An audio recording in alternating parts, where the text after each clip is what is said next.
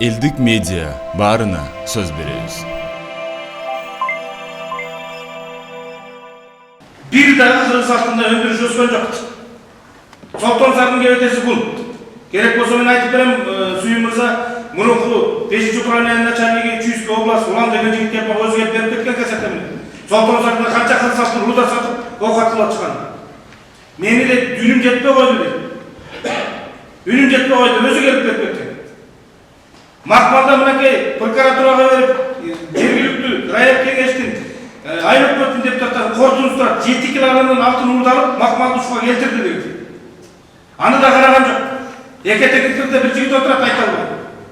Канчадан урдалып? Кыргыз алтынын энеңердин ойлуу өкмөт. Муну эмне защита депутаттар мынча. Конференция кечирип коюңуздар. Ачуу келген айтылат.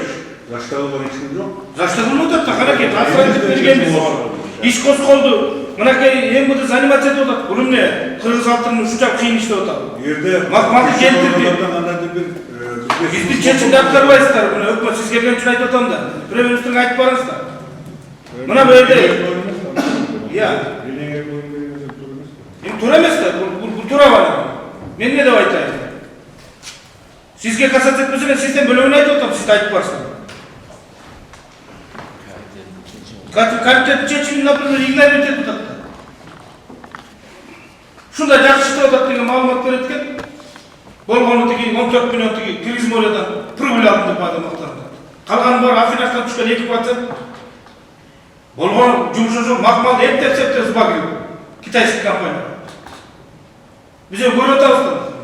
Консулатив тармак, капормо сизге туура атышып айтканда. Бирок биздин ачуу кетирип атат. Бизди вообще койгон жок да, кыргыз алтын митип койду. Депутат 12-13 менен бүгүн урган жок деп келди койду.